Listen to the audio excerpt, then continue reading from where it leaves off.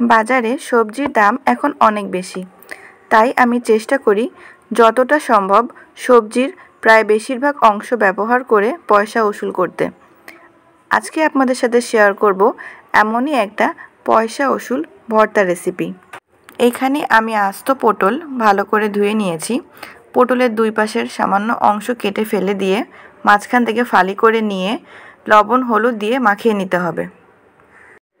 এবার প্যানে তেল গরম করে পটলগুলোর দুই পাশ ভালোভাবে ভেজে নিতে হবে।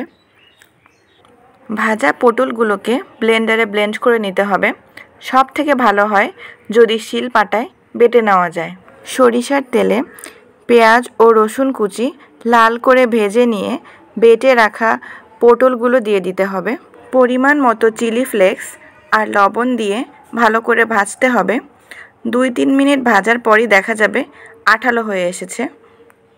কয়েক ফোঁটা লেবুর রস ছিটিয়ে নিলেই রেডি খোসা এবং বিচি সহ পটল ভর্তা।